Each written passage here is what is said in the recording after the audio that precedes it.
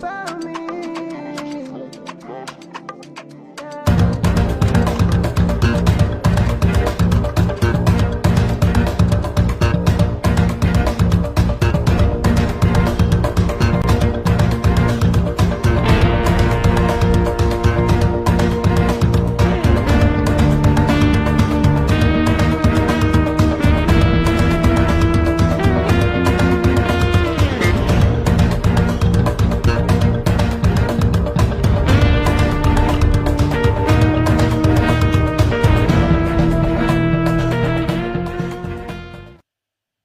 Hola, muy buenas tardes a todos y a todas. Bienvenidos un domingo más a la tarde en directo. Son ahora mismo las 7:30 en punto y durante la próxima media hora, como a mí me gusta siempre decir, pues os doy la bienvenida al mejor momento de la semana. Muchísimas gracias por estar ahí y muchísimas gracias también a todas las personas que en algún momento del futuro escucharán o verán esta transmisión utilizando los medios que existen para ello. Yo soy Paco Bernal de la página Viena Directo, www.vienadirecto.com. Los medios que hay para ver esta transmisión, lo repito siempre, son tres. Esta misma página de Facebook en donde quedará guardada durante el próximo mes aproximadamente, 30 días. También en YouTube, en el canal de YouTube, en donde no tiene fecha de caducidad, ahora, eso sí, no podéis verlo en directo y estaréis viéndome seguro en diferido y también en www.vienadirecto.com. Espero que hayáis pasado una semana estupenda y también un fin de semana genial. Un fin de semana en donde hemos tenido un festivo que se ha solapado con un sábado y la verdad, pues no está bien porque no es festivo ni nada. Bueno, los niños en Austria, por lo menos en el este de Austria, han estado de vacaciones de otoño. A partir de mañana empieza otra vez pues el ajetreo de las clases, de aprender y todas esas cosas. Y este fin de semana también hemos tenido la conmemoración del Día de Todos los Santos, Halloween, la noche del viernes al sábado, en donde hubo mucha gente que se disfrazó, yo no. Y también gente que se fue de fiesta y de marcha. Durante los últimos, desde hace unos 10 años, más o menos, 15, Halloween también se ha convertido en una fiesta de muchísimo arraigo en Austria y se puede decir que es un segundo carnaval.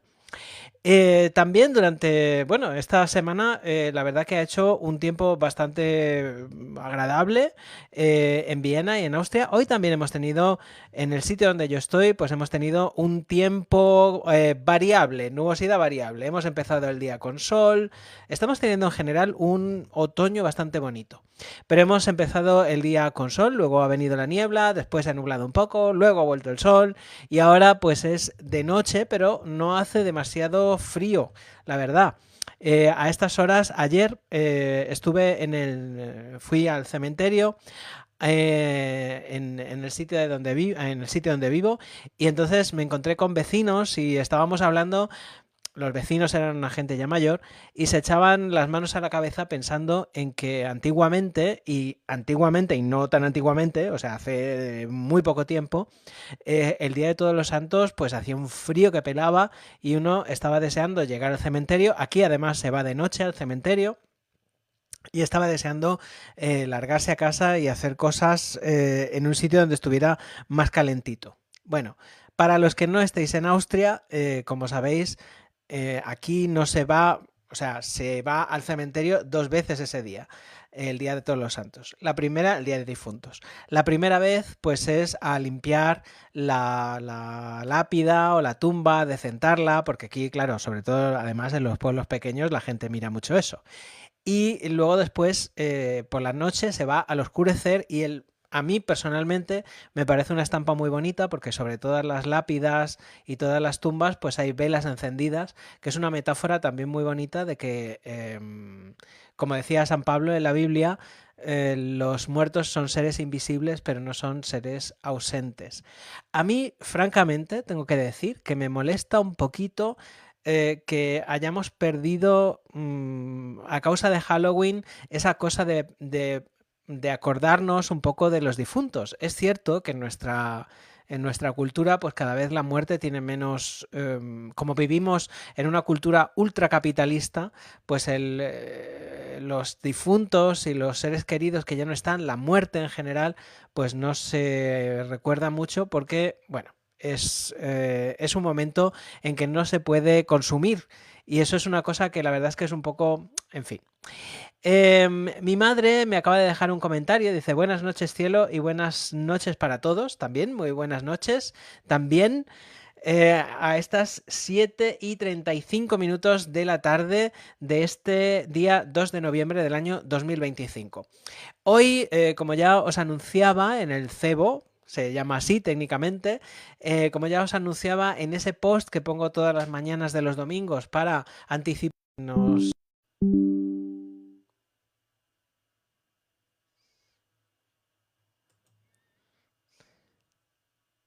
La verdad es que en estos momentos no sé si estoy, no sé si no estoy, espero estar. ¿Me veis? Espero que sí, que alguien se haga vivo.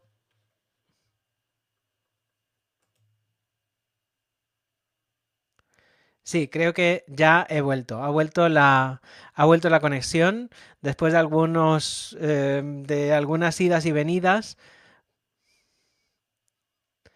Ah, vale. Julio Enrique Sánchez Gamboa me dice, hola desde Pratastan, te veo, gracias Julio.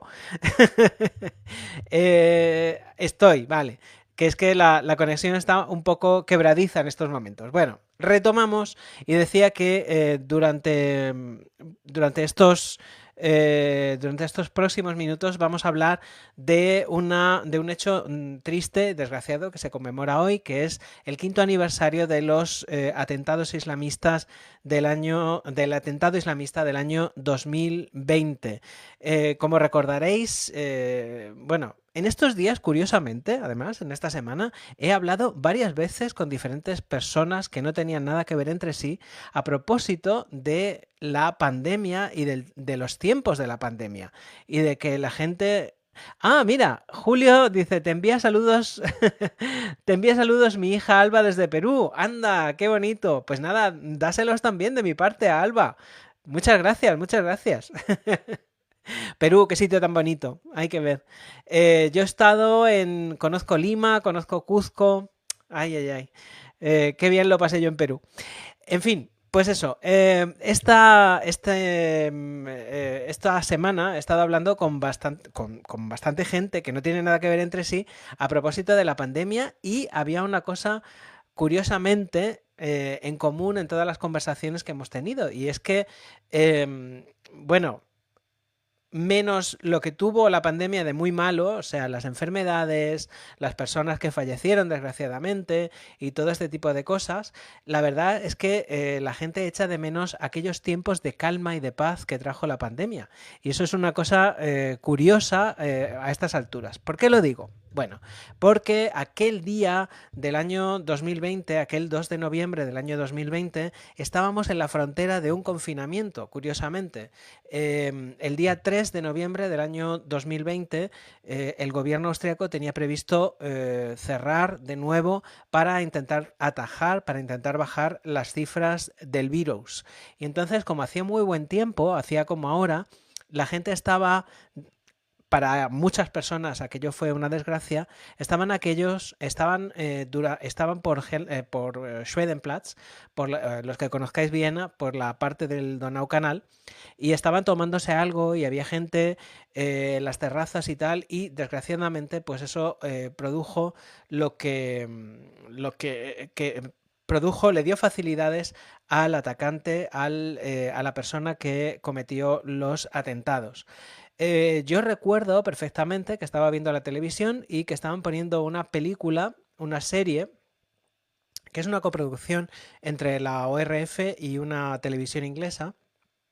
Y esta serie se llama Wiener Blood, o sea, sangre vienesa, como el vals, pero en aquel momento, pues la verdad tomó una resonancia un poco siniestra. Y como siempre, pues estaba trasteando con el móvil mientras veía un poco la televisión y empezaron a preguntarme personas por Facebook, empezaron a preguntarme a propósito de los tiros que se habían oído, y ya a partir de ahí, pues durante la noche la ORF interrumpió la emisión para poner las noticias, para conectar en directo. Empezaron en los sitios con menos tacto, empezaron sitios sensacionalistas, periódicos sensacionalistas, empezaron a poner las imágenes terribles de los vídeos que la gente había grabado por teléfono, con el teléfono, durante los ataques, sin saber muy bien qué pasaba.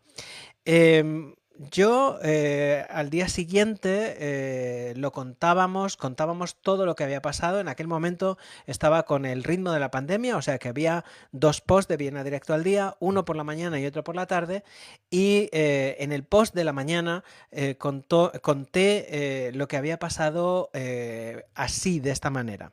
Por cierto, las fotos son en cuanto la policía dejó pasar, pues hubo muchísima gente que se acercó a dejar velas y todas esas cosas. Así lo contamos el día 3 de noviembre del año 2020, el día después del atentado.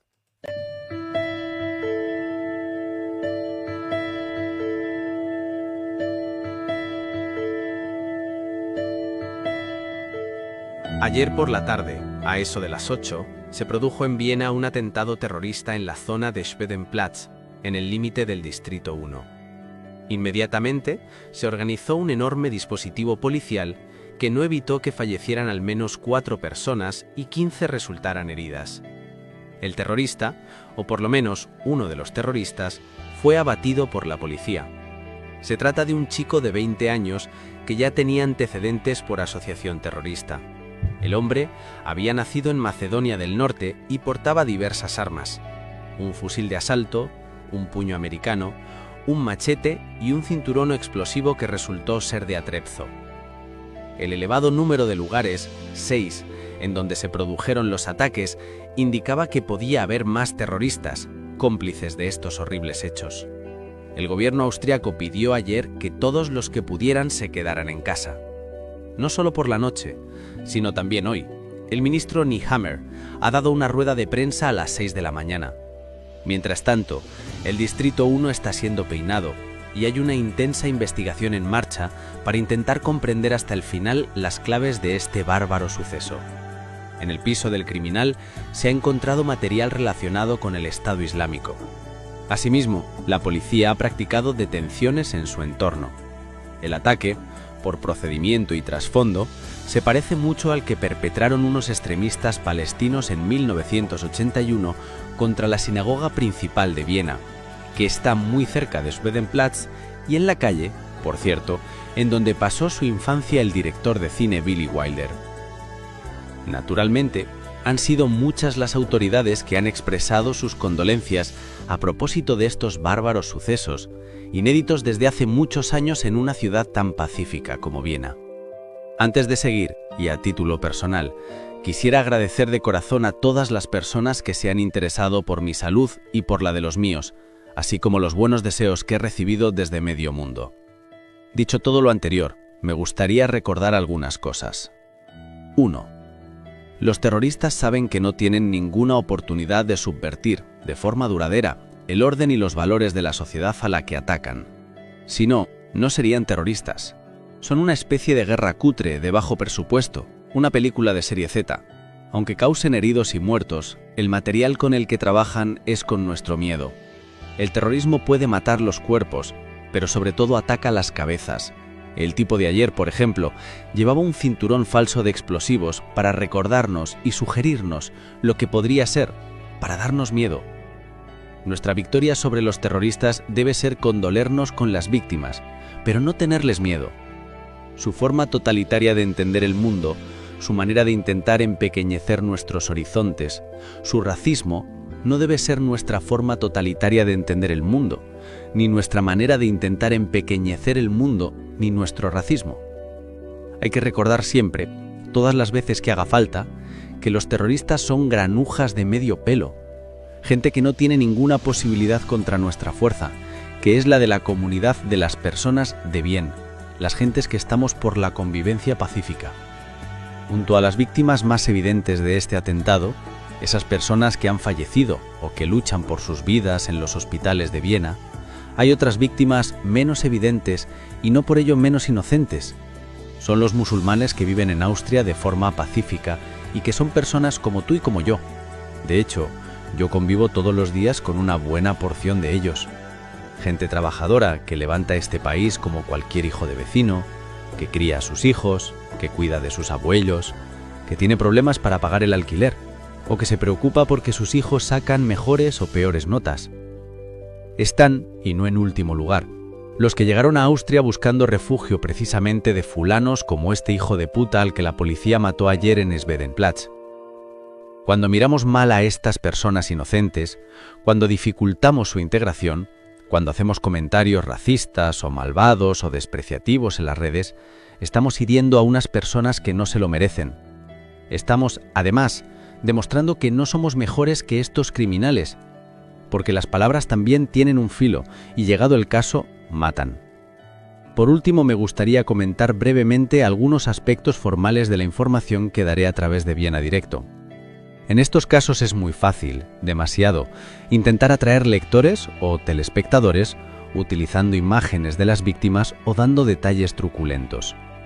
Varias personas se ofrecieron ayer, con la mejor intención, no me cabe duda, a enviarme vídeos de lo sucedido o fotografías que mostraban a los heridos.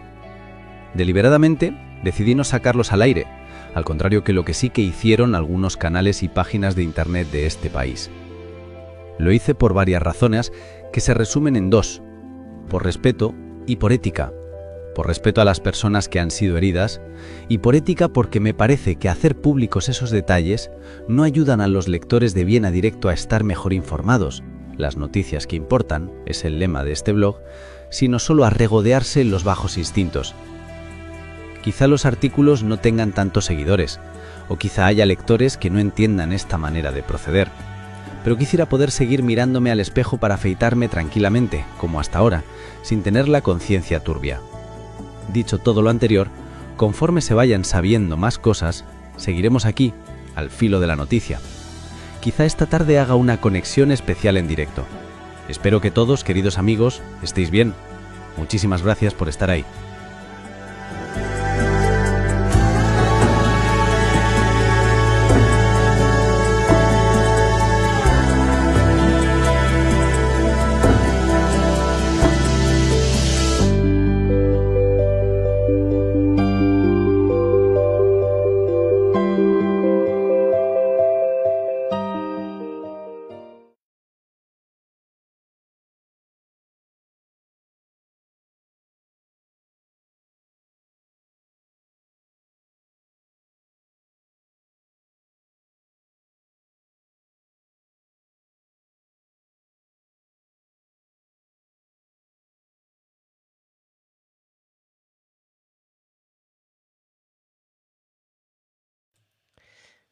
De nuevo, hoy técnicamente estamos un poco mal. Esto que acabáis de escuchar es el texto, el relato del atentado que se publicó en Viena Directo, www.vienadirecto.com, al día siguiente de que se produjeran los atentados islamistas, el atentado islamista que desgraciadamente le costó la vida a 4 personas.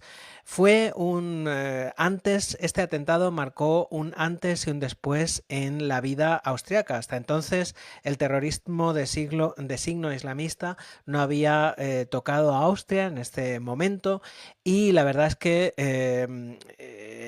no lo había tocado porque también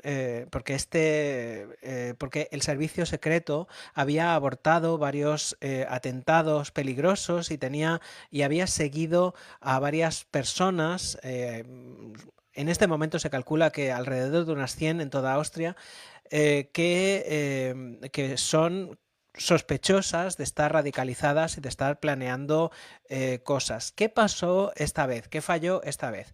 Bueno, fundamentalmente lo que falló fue que la comunicación entre los servicios secretos de diferentes países, que sí que ha funcionado otras veces posteriores, por ejemplo, para evitar el atentado islamista también que estaba planeado para el concierto de Taylor Swift, falló. ¿Por qué falló? Pues esto lo contamos al día siguiente porque el ministro del Interior dio una rueda de prensa explicando cosas que habían fallado. Y lo contamos así, de esta manera.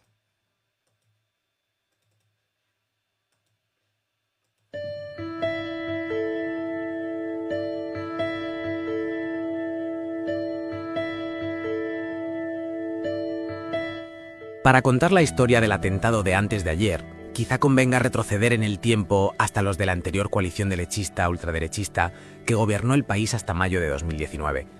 Uno de los episodios más oscuros y más raros de aquella época fue la redada que la policía, supervisada personalmente por el entonces ministro del Interior, Herbert Kickl, practicó en la sede de los servicios secretos austriacos en 2018. Fue un asunto muy desagradable que provocó una incomodidad muy perceptible en las altas instancias del poder austriaco, para cuya motivación se barajaron móviles que en ocasiones rozaron lo rocambolesco. Se dijo, por ejemplo, que una de las tareas del servicio secreto austriaco era mantener bajo estrecha vigilancia, mediante personas infiltradas, a las organizaciones ultraderechistas y que la vigilancia había llegado a elementos cercanos al FPOO, o quizá a sus relaciones con la Casa Rusia. Se dijo que el Ministerio del Interior pretendía domesticar al servicio secreto para organizar una especie de servicio de vigilancia paralelo. Se dijeron muchas cosas y nunca quedaron claras las preguntas fundamentales, o sea, ¿cómo? ¿Por qué? ¿Para qué? Lo que sí que quedó claro fue una cosa: tanto la credibilidad como la infraestructura del servicio secreto austriaco quedaron seriamente tocadas, no solo en el interior, sino por supuesto de cara al exterior. Hoy el ministro del Interior austriaco, Karl Nehammer, ha dado una rueda de prensa en la que, naturalmente, ha tenido que salir al paso de noticias publicadas por medios eslovacos, Denik Nu, y que los medios austriacos han estado replicando durante todo el día de hoy. Según estas informaciones, los servicios secretos eslovacos habían advertido sobre las aventuras del terrorista en el país vecino en algún momento del mes de julio pasado. Según parece, el tipo, después de salir de la cárcel en libertad condicional, cumplía condena de 22 meses por haber intentado viajar a Siria para unirse al Estado Islámico. Cumplió 2 tercios en diciembre de 2019, cuando, como marca la ley, tuvo acceso a la libertad condicional. Fue junto con otro fulano, del que no se sabe la identidad, a comprar munición a Eslovaquia, para la AK-47, que luego ha resultado ser el arma de su crimen. El criminal no consiguió que le vendieran la munición, por no tener permiso de armas. Sin embargo, este interés llegó a la policía eslovaca, la cual alertó a la policía austriaca. Sin embargo, esta advertencia cayó fuera del radar de la policía austriaca, y el tipo siguió suelto con las funestas consecuencias que todos conocemos. El ministro ha aludido a este incidente como un error de comunicación y ha reconocido errores en el trato con el sospechoso. También se ha referido al hecho de que el terrorista consiguiese fingir una desradicalización que luego ha quedado desmentida por los hechos, y ha dicho que, después de un análisis preliminar, se van a cambiar los protocolos de trato con los sospechosos. También ha anunciado la creación de una comisión de evaluación independiente para averiguar todo lo que ha salido mal en este caso y corregirlo para el futuro.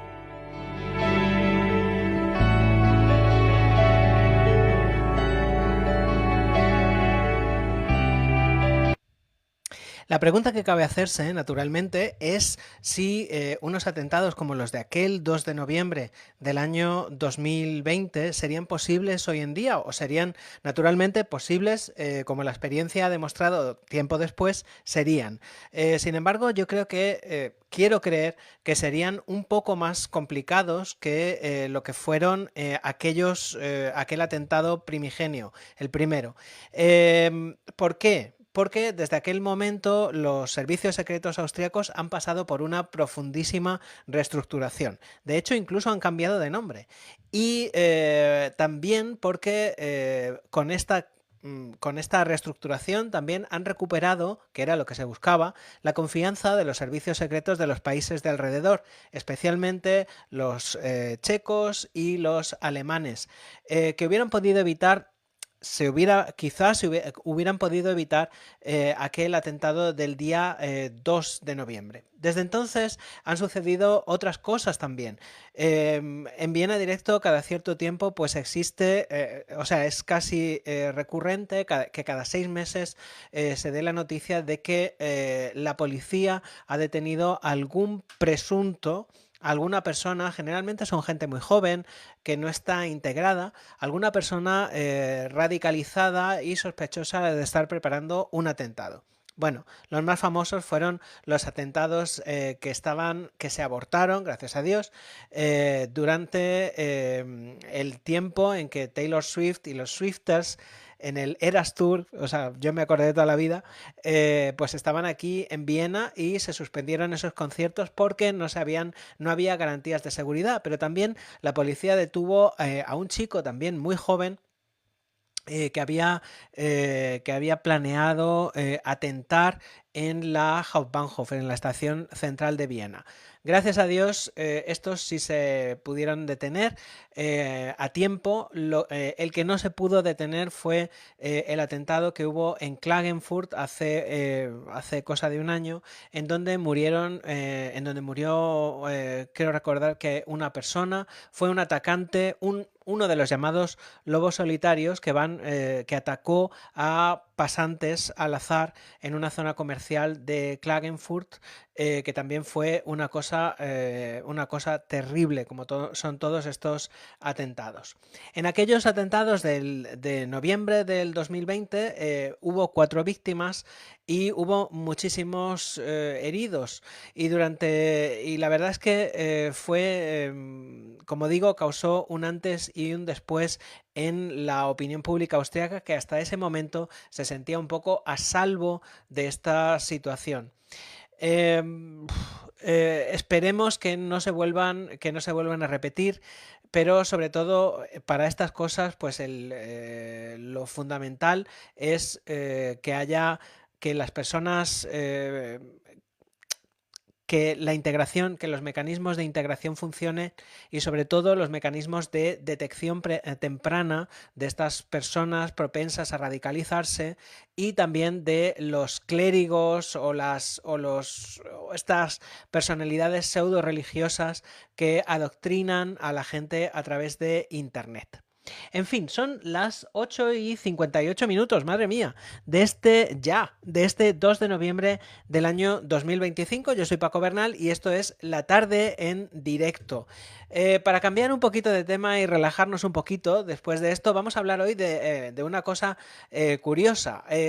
Bueno, como sabéis, el que era el príncipe Andrés de Inglaterra, el duque de York, del jamón de York, perdón, no he podido evitarlo, el duque de York ha perdido esta semana todos sus títulos y a partir de ahora se va a llamar Andrés Mountbatten Windsor. Andrés Mountbatten porque su padre es era del príncipe, el marido de la reina Isabel, era Lord Mountbatten, era de la familia Mountbatten. Lord Mountbatten era otro señor que también era de la realeza, de esta familia alemana, de procedencia alemana. Y Windsor, pues, por mamá, que era Elizabeth de Windsor, naturalmente. Bueno, el príncipe Andrés de Inglaterra, el ex príncipe Andrés, aunque sigue conservando, porque claro, nació príncipe, hijo de reina en este caso, o sea, hijo de monarca reinante, no puede perder la circunstancia de ser príncipe, pero ya su hermano le ha quitado el uso del título, así como todos los demás, como que el ducado de York, varias baronías, cosas así, y también le ha echado de casa, le ha desahuciado del Royal Lodge de Windsor. En fin, el caso es que este señor ha perdido sus títulos por su relación con el depredador sexual Jeffrey Epstein, y también con otros también de esta misma cuerda, lo cual ha producido un escándalo mayúsculo, y naturalmente las monarquías, como entes conservadores que son, que si no, que se lo digan a la nuestra también, pues ha perdido, lo que más temen son los escándalos y esta imagen que se pueda dar ante los súbditos, que arañe o que lesione o que erosione este prestigio que los reyes y las reinas pues deben tener para, incluso en monarquías parlamentarias como es la inglesa o como es la española, para para ser esa cúspide del Estado, y esa cúspide del andamiaje legal que sostiene el Estado. Nosotros hemos tenido, además mañana, precisamente mañana,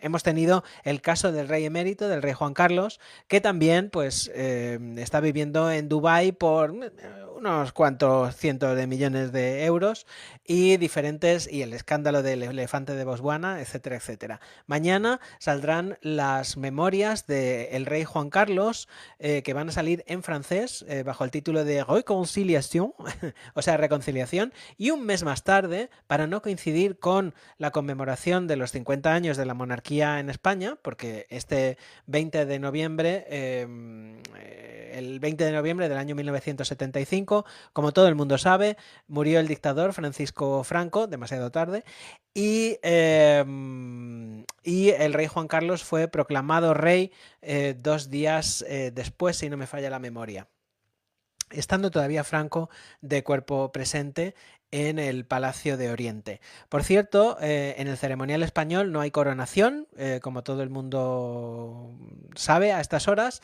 En el ceremonial español no hay coronación, y lo que hay es, en el caso de Juan Carlos, hubo una misa de acción de gracias, un Te Deum, y en el caso del rey Felipe VI, nuestro señor, pues fue un acto parlamentario. Creo recordar, no sé, que no hubo ceremonia religiosa después. Bueno, pues como siempre, a mí me gusta buscar conexiones entre la historia de Austria y la historia de España también, y la historia mundial en general. Y claro, Austria ahora es una república, yo la llamo esta pequeña república, pero durante mucho tiempo, casi un milenio, pues fue una monarquía regida por la familia de los Habsburgo.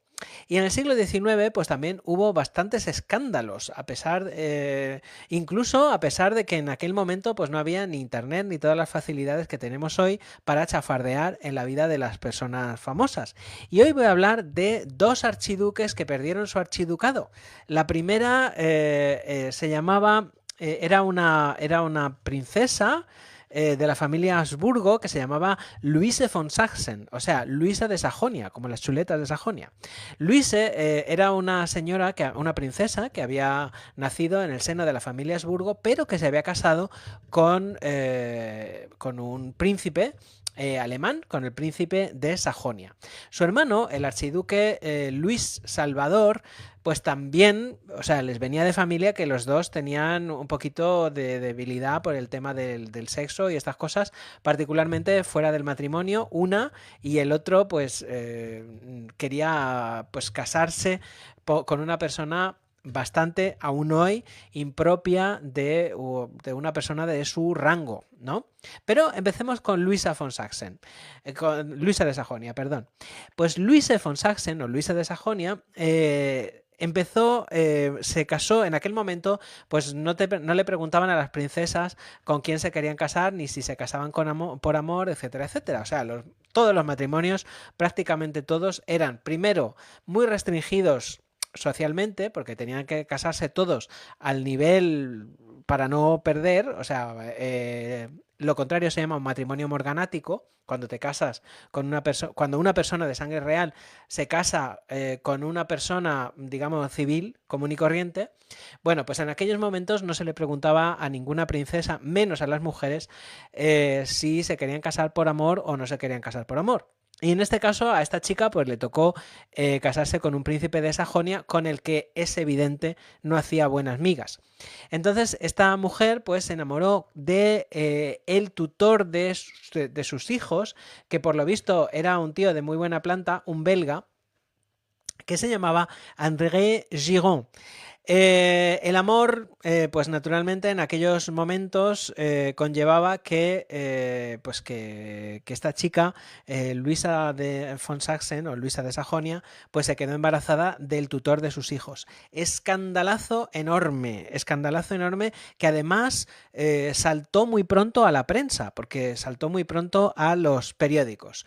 Luisa de Sajonia perdió los nervios y lo primero que hizo fue intentar intentar huir del escándalo refugiándose en casa de sus padres, que vivían en Salzburgo, en Austria. Y allí, pues ella se dio cuenta de que no era nada feliz porque le faltaba su André Giron de su alma, y entonces se puso de acuerdo con su amante, que en aquel momento supongo que ya habría perdido el trabajo de ser el tutor de los niños de esta familia, y para reunirse con él en Zúrich, en Suiza, y vivir allí en el exilio. Cosa que hizo. Entonces se fue a Zúrich y aquí entra su hermano, el archiduque Leopoldo Salvador, o sea, Leopold Salvator en alemán, que la acompañó, pero no la acompañó porque porque tuviera miedo de que le fuera a pasar cualquier cosa a su hermana, sino que le acompañó porque este buen hombre tenía también un lío con una señora que se llamaba Wilhelmine Adamovich, que se dedicaba a un oficio muy poco frecuente en las princesas, o sea, que se dedicaba a la prostitución. En aquel momento, tanto lo del hermano Leopold Salvator como lo de su hermana Luisa de Sajonia saltó muy pronto a los periódicos, que siguieron los avatares de este caso con el comprensible interés, porque en aquel momento, claro, pues se seguían las aventuras de los monarcas con el mismo interés que lo seguimos ahora, ¿no? Y entonces lo mismo que estamos todos los días sabiendo casi en tiempo real lo que ha comido el rey Carlos de Inglaterra, qué raro llamarle rey Carlos, acostumbrados a llamarle príncipe Carlos, o lo que hace Sarah Ferguson, o lo que hace Kate Middleton y toda esta gente, o nuestra reina Leticia, que es una señora estupenda que habla fenomenal, muy inteligente. Pues en aquel momento también, casi en tiempo real, se seguían los dimes y diretes de estos dos hermanos en Zúrich. El emperador, ¿qué pasó? El emperador Francisco José, cuando lo supo, él no era como el rey Carlos de Inglaterra, que le ha dado a su hermano bastantes oportunidades. El emperador Paco Pepe lo que hizo inmediatamente, ipso factamente, fue quitarles los títulos a los dos y les expulsó de la familia. Y más aún, hizo una cosa muchísimo más que les debió de hacer probablemente muchísima más pupa, que es que les cerró el chorro de los fondos, el grifo de los fondos, que esto es una cosa que a todo el mundo en general pues nos hacen, o sea, les obligó a trabajar, porque antes ellos no trabajaban, vivían de sus títulos.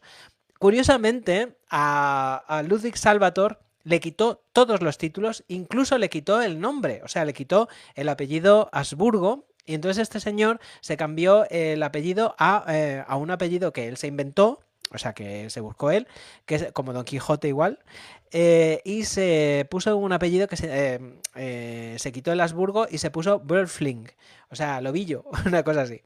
A ella, por aquello de ser chica, le dejó seguir utilizando el apellido Habsburgo, pero y además le dejó un título, que es curioso el título porque se llamó, de ahí hasta su muerte, pudo utilizar el título de Duquesa de Monte Tiñoso, que la verdad, no sé, es un título italiano, pero suena bastante curioso. Bueno, os preguntaréis que cuando esta gente tuvo que trabajar, ¿a qué se dedicó? Porque claro, si tú no estás acostumbrado a trabajar en toda tu vida, pues ¿a qué te dedicas? Pues los dos ex aristócratas encontraron trabajos, la verdad, bastante curiosos. Ella se dedicó a escribir, se ganó la vida escribiendo libros, lógicamente, poniendo a caldo a su familia. Libros diciendo, pues este fulanito es de tal manera y fulanito es de cual manera. Y Leopold Salvator, el ex Habsburgo, pues se dedicó, probó suerte en el cine. Incluso hay una película de Erich von Stroheim en donde se le puede ver haciendo de archiduque vienés. Curiosamente, era un señor guapete, de buena planta y todas esas cosas.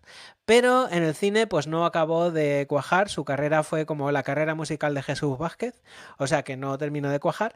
Y entonces se volvió a Viena y puso una tienda de comestibles en Viena, puso una tienda de comestibles en el barrio de Kaisermühlen.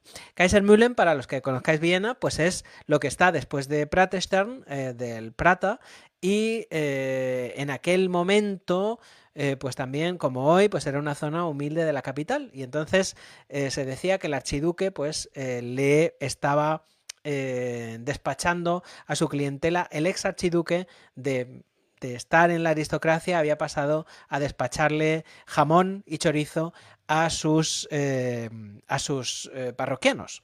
En fin, son ahora mismo las 8:11. Me habéis dejado por aquí comentarios. Uy, uy, uy. Bueno, la prima de mi madre, Carmen, hola, mañana nos veremos. Y también estamos hablando, también está ahí David Chitano, que me dice hola a todos y que tengan un feliz domingo. Pues eso, a vosotros también, a todos, que tengáis un domingo estupendo.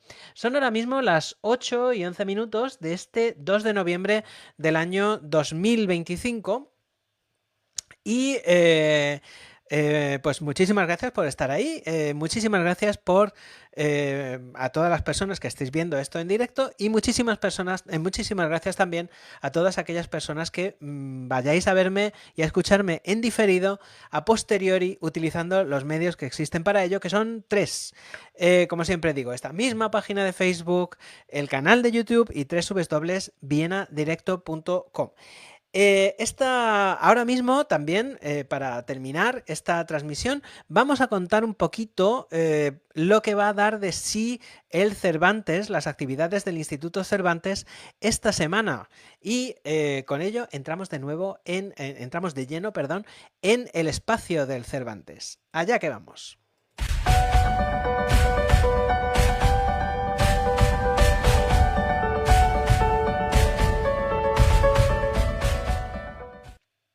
Esta semana pasada he tenido la fortuna y el honor de aprender muchísimo de una persona que sabía muchísimo, sabía un rato de lo que estaba hablando. Un destacadísimo científico, Eduardo Oliver, que estuvo contándonos, que es miembro del CSIC, y que estuvo contándonos cosas muy interesantes a propósito del proceso que va desde el descubrimiento de nuevas terapias, de terapias novedosas para tratar enfermedades, hasta que se aplican a todos nosotros, los pacientes. La verdad que fue muy interesante porque nos abrió una ventana a la ciencia, una ventana a la aplicación práctica de la ciencia. Todos nos pondremos malos en algún momento, algunos lo estamos ya, otros nos pondremos en su momento pues a todos nos interesa que nos traten y nos curen lo mejor posible. Y estuvimos aprendiendo mucho en el Instituto Cervantes con este científico, con Eduardo Oliver, a propósito de todas estas cosas. Esta semana el Instituto Cervantes cambia las tornas y vamos a aprender de otras cosas. El día 4, o sea, el martes a las 7 de la tarde, va a haber una conferencia, un diálogo, una charla a propósito de algo muy relacionado con España, que recose las historias de España y de Austria, y se llama la charla Voluntarios de la Libertad y es sobre las brigadas internacionales, o sea, como sabéis, personas extranjeras que no eran españoles que fueron a España a luchar contra el fascismo. Será el martes, día 4 de noviembre, y va a ser a las 7 de la tarde, como siempre. El día 6, o sea, jueves, hay un concierto maravilloso de música, se llama Música y Palabras, y va a ser un concierto de piano a cargo de la pianista Elvira Babiloni Campos. Y la semana que viene, o sea, la siguiente semana, de nuevo nos volvemos a vestir de largo, se viste de largo el Instituto Cervantes, porque vamos a acoger a 2 autores que van a venir a visitarnos a la Buchwien, a la Feria del Libro de Viena. Y van a ser Espido Freire, ganadora del premio Planeta por Melocotones helados en su momento, pero autora de una larga e interesantísima trayectoria, y José Ovejero, también un prolífico autor que viene a presentar la traducción alemana de su libro, que es un libro fantástico también, que se llama Añoranza del héroe. A los dos tendré ocasión de conocerles personalmente y de entrevistarles, con lo cual, o sea, me alegro muchísimo, tengo muchísimas ganas. Y espero que vosotros también, pues vayáis al Instituto Cervantes a escucharles, porque seguro que tienen muchísimas cosas que decir.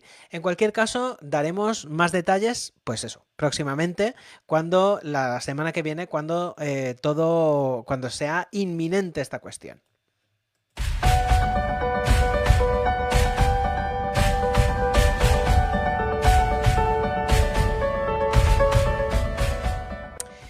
Bueno, en este momento son las 8:16 de este 2 de noviembre del año 2025, y con la programación del Instituto Cervantes de la semana que viene, que como siempre es recomendabilísima, me despido, no sin antes desearos que tengáis una semana maravillosa. Como os decía en tiempos de la pandemia también, que os deseo también que el virus malandrín os respete, porque hay una ola tremenda de coronavirus y de catarros y de cosas que está pasando por Viena en estos momentos, o sea que no está nada mal protegerse y tomar precauciones. Yo he recuperado la mascarilla y la verdad es que me está funcionando. Hasta ahora me está funcionando divinamente, me está funcionando muy bien, porque de momento hace muchísimo que no me acatarro. Así que, bueno, en fin, muchísimas gracias como todas las semanas por estar ahí, y muchísimas gracias a todos los que me veáis en algún momento del futuro de una manera, pues eso, a posteriori. Espero que, pues eso, que disfrutéis muchísimo de la semana. Los chavales que tengáis a vuestro cargo o que me estén escuchando, que tengan que volver a las clases, pues que lo lleven con la mayor alegría del mundo, porque no hay nada más bonito en esta vida que aprender, y es lo mejor que se puede hacer, sobre todo a unas edades. A los demás, pues eso, cuidaros mucho y os veo la semana que viene. Hasta luego, chao, chao.